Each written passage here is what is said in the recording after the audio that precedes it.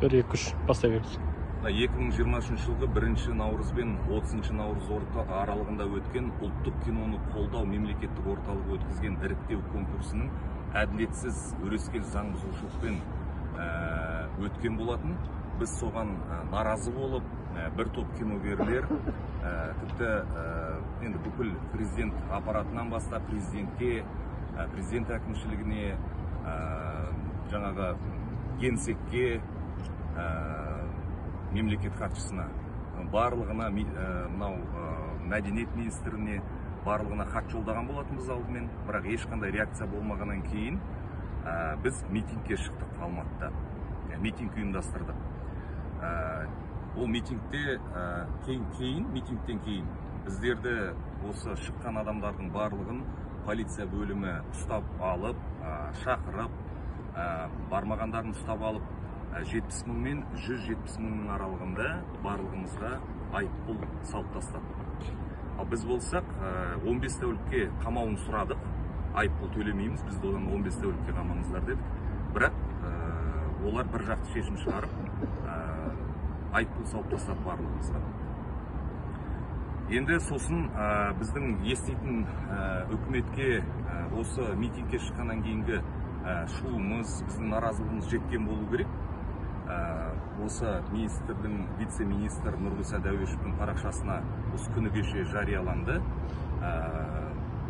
Осы питчинг тоқтатылады біздің талабымыз бойынша белгісіз бір уақытқа дейін, және де осы разбирательство жүретін болады, тексеріс болады, тәуелсіз комиссия құрылады деп парақшасына шығарды.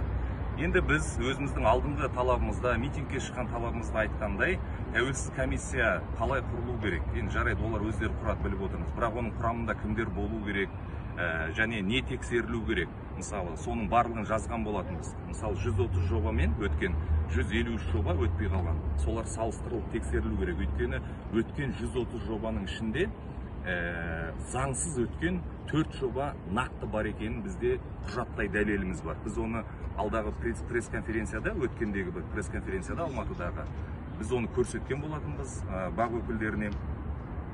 Енді соны талқылауға біз мынау министрлікке келдік, министрмен кездесеміз деп ойладық. Алдыңғы күні Алматыдан шыққан болатынбыз, кеше келдік Алматыға, 19 ғой кеше. 19 мамыр күні кеше Алматыға келіп, осында министрлікке келіп кірдік, Астанаға келіп. Министрлікке кіріп, министрмен кездеспекші болып едік, жоқ, министр жоқ. Сонымен жаңағы мәдениет комитетінің төрағасымен кездестік, барлық жағдайды баяндады. Бірақ ол кісі айтып отыр, бұл сендердің жаңағы тәуелсіз комиссиядан кейінгі ар жақтағы талаптарыңды біздер шеше алмаймыз, енді министрге жеткіземіз деп. Біз енді міне бүгін де қалдық, міне 20 мамыр жұмыс күні болмаса да сенбі министрліктің алдына келіп министрді күтіп тұрмыз, бірақ жоқ. Енді комиссия құрылады, оны түсіндік. Питчинг тоқтатылды, комиссия құрылады. Бірақ енді біздің дәл талап еткеніміздей ол тәуелсіз комиссия бола ма? Енді біздің түсінгенімізше тәуелді комиссия болатын сияқты. Өйткені мен министрліктің өкілі айтқандай, ол жерге тек министрліктің өкілдері ғана кіреді, аудит және де тағы басқа атамекен деген жаңағы бизнес несінен тартамыз деп отыр. Ал біздің талабымыз ол жерде комиссия төрағасы депутат болу керек.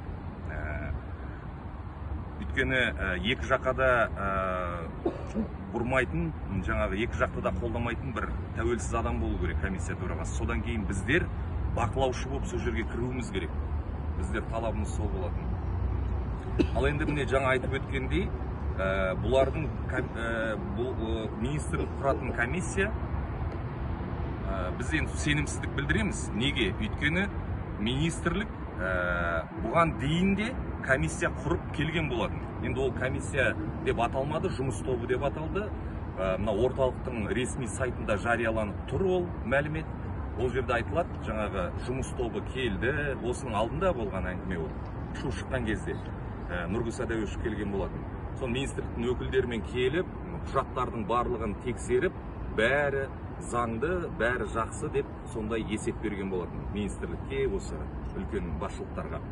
Ал біздер ол жерде қалай болғанын нақты білеміз, видеоға да түсіріп алғанбыз, видеофиксация бәрі бар. Ол жерде Нұрғиса Дәуешов вице-министр келеді, жаңағы кино орталықтың басшысы Қосыбаевқа осы жұмыс тобы құрылу керектігін айтады. Ол жерден наразы топтан бізден 2 адам бірге кірмекші болады. Кіреді, енді ол көнеді олар, солай вице-министр солай деп пәрмен береді. Кірсін, наразы топтан да кіріп, құжаттар салыстырылсын деп. Бізден Ғали Мырзашев деген анимация режиссері үлкен кісі, және Ардагер Сантыбаев деген продюсер кіреді. Сөйтіп кіргеннен кейін вице-министр шығып кетеді. Вице-министр шығып кеткеннен кейін орталық басшысы Есетжан Қосыбаев, біздің наразы топтың 2 адамын, сендердің ешқандай нелерің жоқ, құқықтарың жоқ, құжатты тексеруге деп, оларды кері шығарып жібереді. Бірақ министрлікке киноорталықтың басшылары солай деп есеп береді. Бәрі жақсы өтті, барлығы киногерлерде осыны қолдап отыр, бәрі дұрыс, бәрі заңды деген. Енді міне осы министрлік құрған комиссия дейміз ба, жұмыс тобы дейміз ба, бұларға осындай жұмыс атқарып, өтірік есеп бергеннен кейін біз қалай сенімділік білдіреміз оларға? Біз әрине сенімсіздік білдіріп отырмыз. Сондықтан біздер комиссияның ішінде, тәуелсіз комиссияның ішінде біздер де бақылаушы болып кіруіміз керек. Және мына 130 жобаның ішінде біз айтқанымыз бар, нақты 4 жоба бар, заңсыз өткен. Олар өздері ашық мойындап, видео өңдеу де жариялауға көніп отыр. Өздері мойындап, біз міне заңсыз өттік, бізде міне құжаттарымыз заңсыз болса да, біз өтіп кеттік деп өздері мойындап отыр. Енді бұл жерде олар біздерге көмекке келіп отыр, солидармыз. Біздің әділетсіздікке ұшырап жатқанымызды көріп, митингке шығып, айыппұл арқалап жатқанымызды көріп, ол кісілерге үлкен рахмет. Олардың жобалары өтіп тұрса да, сол мойындап заңсыз өтіп тұрғандарын біздерге көмекке, қолдауға келіп тұр. Біздікі міне тексерсін, біздікі заңсыз деп. Ал енді қазір біздің түсінгенімізше, министрлік өкілдерінің айтуы бойынша, ол 130 жоба тексерілмейді. Сол күйінше өте береді. Тек қалған 153 жобаны ғана тексерейді, ішінара болған қандай да бір қате ақпар, сондай дүниелерді. Депутат деп. Нұрлан мырза. Саламатсыз ба? Қалай қалдыңыз? Біздер киногерлерміз. Осы естіген шығарсыз, әлеуметтік желіден көрген шығарсыз. Кино орталықтың Алматыдағы жасап жатқан әділетсіздігіне, заң бұзушылығына қарсы наразы митингке шыққан болатынбыз. Енді қазір тәуелсіз комиссия құрылатын болды деген шешім шықты. Сондықтан біз соны талқылауға министрге келген болатынбыз. Өйткені оның ішінде де бір талаптарымыз болды ғой, 130 жоба мен 153 жоба салыстырылып тексерілсін деген. Сосын егерде қандай да бір заң бұзушылық анықталатын болса, жауапты адамдар жауапкершілікке тартылсын деген. Өйткені біздің қолымызда дәлелдей, құжаттай дәлеліміз бар, заңсыз өткен нақты 4 жоба бар. Оның өкілдері бізге келіп көмектесіп, бізге қолдап тұр біздерді. Міне біз заңсыз өттік, бірақ біздерді қабылдап алды деп. Енді осыны бірақ қазір министрліктің өкілдерінің айтуы бойынша біздің түсінгеніміз, ол өткен 130 жоба тексерілмейді, сол күйінше заң бұзушылықпен болса да қала береді. Ал 150 жобаны біз тексереміз. Егер ішінара қандай да бір қатты қателері болмаса, оның бәрін тексеріп, ішінен арагідік біреулерін аламыз деген сияқты. Сондай, енді біздің түсінгенімізше солай болатын сияқты. Сондықтан біздер олар талап еткеніміздей, тәуелсіз комиссия деп айтып отырмыз, ішінде депутат болсын деп айтқан болатынбыз, депутаттық корпустан. Олар тіпті депутатты да бізді бақылаушы ретінде де бізді кіргізбейтін сияқты, өздерінің әңгімелеріне қарағанда. Тек министрлік өкілдерінен ғана құрып алмақшы комиссияға. Біз енді ол комиссияға сенімсіздік білдіреміз деп айттық. Енді келесі жетті министрлікке біз мәжілістің депутаттарына қатысып береміз. Келісіп қой? Жоқ, ол Қазыбек Исаға бұл мәселені көтеріп хат жіберген болатын. Бірақ енді сіздің ойыңызды тек білмекшіміз. Біз сізден бір ешнәрсе талап етіп тұрған жоқпыз. Енді біріншіден әділеттілік болу керек, екіншіден біз құқықтық мемлекетте өмір сүргендіктен заң талаптарының барлығы четко орындалу керек. Бұл енді біздің принциптік позициямыз. Дұрыс. Бұл кісілер енді өткен Алматыда заң бойынша да ізденіп болмағасын, ақыр соңында болмағасын көшеге айыппұлды алыпты. Ол үшін айыппұлды алды, бүкіл әлеуметтік желі талқылап жатыр.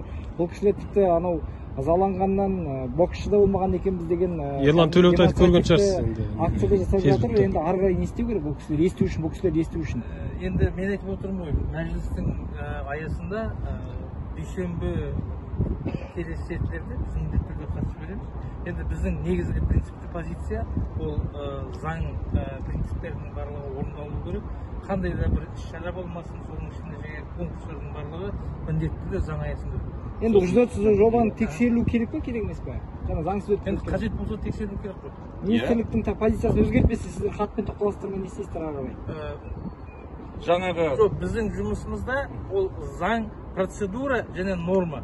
Процедура бойынша біз міне осы азаматтардың тілектерінің барлығын министрлікке жеткізуіміз керек, министрлікке жеткіземіз. Егер әрекет шықпаса, одан ешқандай. Аха. Егер әрекет шықпаса, олар мысалы хат жаздыңыз, сізге әдеттегідей отпискамен. Хатпен жауап 30 күннің ішінде болмаса міне жауап біз сізге береміз. мысалы міне бұл мәселені қарадық, мына заңға сәйкес мынаны өзгерте алмаймыз деген жауап бере салды. Бұл кісілер сонда осылай жүре бере ма? Жоқ, енді егер заң бұзушылық болатын болса, онда құқық қорғау органдарына жүгіну керек. Бас прокуратура бар, сонымен бірге антикор бар. Сол жаққа міндетті түрде бұл кісілер жүгіну керек. Егер де заң бұзушылық болатын болса, онда бас прокурор, антикор өздерінің міндетті түрде жаңағы түсініктемесін береді. Ерлан мырза, былай ғой, қазір бұл кісілер келіп отыр да, Алматыдан. Министр неге шықпайды? Неге шығу керек бе еді жалпы? кешеден бері жүрміз. Министрлік өкілдері бұл кісілермен міндетті түрде кездесу керек қой. Жоқ, кездесті министр өкілдері, бірақ біз енді ол біз шеше алмаймыз, бұл біздің құзыретімізде емес дейді. Былай, міне, қазір біз құқықты мемлекет құрамыз деп жатырмыз ғой. Иә. Егер де сіздер қандай да бір заң бұзушылық бар деп есептесеңіздер, онда міндетті түрде бас прокуратураға жүгіну керек, сонымен бірге антикорға жүгіну керек. Олар бүкіл жаңа конкурстық документтердің барлығын алып, тексеріп, соның ішінде қандай да бір заң бұзушылық болатын болса, онда заң жүзінде сіздерге көрсетеді. Міне мына жерде заң бұзушылық бар. Ерлан мырза, бір сұрақ қояйыншы, жалпы мынау кез келген бізде осындай мәселе туындап жатса, бізде бірінші басшылар неге сол наразы топпен кездесуге асықпайды? Өткенде Жаңаөзенде мысалы энергетика министрі шықпай қойды. Міне мына кісілер де алдына келіп тұр, шықпайды. Бұның бәрі белгілі бір деңгейде әлеуметтік наразылықты үдетіп, артық тиімділік береді деп ойлаймыз. Бірінші басшылардың бұл әрекетіне қалай баға бересіз негізі? Бұл жерде аппарат бар. Негізінде бұл аппараттың жұмысы. Аппараттың өкілдері кезігу керек. Егер де мысалы үшін сіздер министрліктің осы шешімімен келіспесеңіздер, онда сіздердің қазіргі таңда Қазақстандағы бүкіл заңдылықты бақылап отыратын орган бар, ол бас прокуратура. Бас прокуратураға жүгінулеріңіз керек. Ерлан мырза, мен мына бір зат сұрағым Одан келеді. кейін екінші антикор. Сіздің мамандығыңыз заңгер ғой? Тарихшы. Тарихшы ма? Біз осы парламент мүшелерінің бірінен заңгер адамды осы тәуелсіз комиссияның құрамына кіргізгіміз келеді. Заңгер. Әріптестеріңізден өтініш сұрап тұрмын. Абзал Құспан бар. Абзал Құспан, онда соны. Біз сіздер жаңағы бас прокуратураға жүгініңіздер, егер олар белгілі бір заң бұзушылық табылатын болса, онда ары қарай біз жаңағы өзіміздің тарапымызда міндетті түрде хат жібереміз. Жарай ма? Депутаттың бір ақ ауыз сөзі бар. Сіздер арызданыңыздар. Арыз болса ғана біз қозғаламыз дейді. Жалпы сіздер тараптан өкілетті органдарға, құзырлы органдарға арыз болды ма? Мен жауап беріп кетейін. Біз мынау осы шу басталғалы бері бір ай уақыт көлемінде уақыт өтті. Осыны бір айдың ішінде митингте болды, пресс-конференцияда бердік. Бірақ өкінішке орай әлі министрдің өзі, министр Оралов әлі бірде-бір өзінің жеке пікірін білдірген жоқ бұл мәселе бойынша. Бұл бір. Кеше біз мәдениет комитетінің басшыларымен кездестік, өкілдерімен сөйлестік, бірақ біз олардың жауаптарына әлі қанағаттанбадық. Өйткені біздің талаптарымыз толық орындалмады, оны біз жаңа айтып кеттік. Жаңағы мәдениет комитетінің, жалпы мынау мәдениет министрлігінің өкілдерінің айтуы бойынша біз бұл мәселені шеше алмаймыз, бұны тек қана министр шешеді деп отыр. Сондықтан біз осы жерге министрдің жеке қабылдауында болып, осы мәселелерімізді, талаптарымызды, ұсыныстарымызды министрге жеке жеткізгізуге отыр. Нақты құзырлы органдарға арыз болды ма сіздер тараптан? Нақты құзырлы органдарға біз енді ғана барамыз. Өйткені біздің заңымыз бойынша сотқа берілген мәселе, ол бүкіл құжаттардың мәселенің бәрін шектеп тастайды. Демек, комиссияда құруға құқысы болмайды, тексеретін комиссия, және де мынау жаңа министрліктің тарапынан ешқандай бұл қағаздарға біздің тарапымыздан ешқандай доступ болмайды. Сондықтан біз соның алдын алу үшін бірінші осы сотқа дейінгі тәуелсіз комиссияны құрып, соны тексеріп барып, егер сол кезде заң бұзушылық табылған жағдайда, онда біз жаңа құзырлы органдарға антикор, прокуратура және сотқа дейін баруға кешігіп қаламыз деп ойламайсыздар ма? Кешігіп қалмаймыз, өйткені бұл мәселенің ар жағында тағы да көп мәселелер жатыр. Заң бұзушылықтар ол тек қана осымен шектелмейді, ол питчингтің мәселесімен. Енді қысым болғанда біз міне митингке шыққан кезде біз мысалы президент Тоқаевтан әділет сұрап шықтық, әділет талап етіп шықтық, көмек сұрап шықтық былай айтқан кезде. Осы біздің мәселемізде көмектесіңіздер. Бірақ енді қарап отырғандарыңыздай Қазақстанда сен әділет көмек сұрап шықсаң да қамаласың, билік кетсін деп наразылыққа шықсаң да қамаласың. Сонда әлгі ана бір қазақтың сөзінде ғой, қожайын ашуланса да мені сабайды, мен ашулансам да мені сабайды қожайын деген сияқты. Сондай мәселе болып тұр. Сондықтан әрине осы біздегі арқалаған айыппұлымыз, біздерді жаңағы полицияға апарып қамау, бұның бәрі қысым деп есептейміз. Бізді тоқтасын, басылсын деген қысым болуы мүмкін. Бірақ біз ол баста айттық, пресс-конференцияда да айттық, бізді 15 тәулікке қамап, болмаса жаңа айыппұл салып біздерді тоқтата алмайсыздар. Біз осы әділеттіліктің түбіне жетеміз. Тәуелсіз комиссия құрылу керек, және осы заңсыздықты ұйымдастырып отырған, заңсыздыққа жол беріп отырған дейікші, дұрысы заңсыздыққа жол беріп отырған жауапты басшылар жауап беру керек заңдық тұрғыда. Қандай шара болып жатыр қазір? Дәуешов, заң министрі барып, құжаттардың бәрін тексертеміз, не қыламыз деп жатыр ғой, енді комиссия құрамыз деп. Ендігі біз бұл жерде айтайын деп жатқанымыз, басынан бастап біздің ұстанымыз ол 5-6 жігіттердің жобасын берсін деген дүние емес.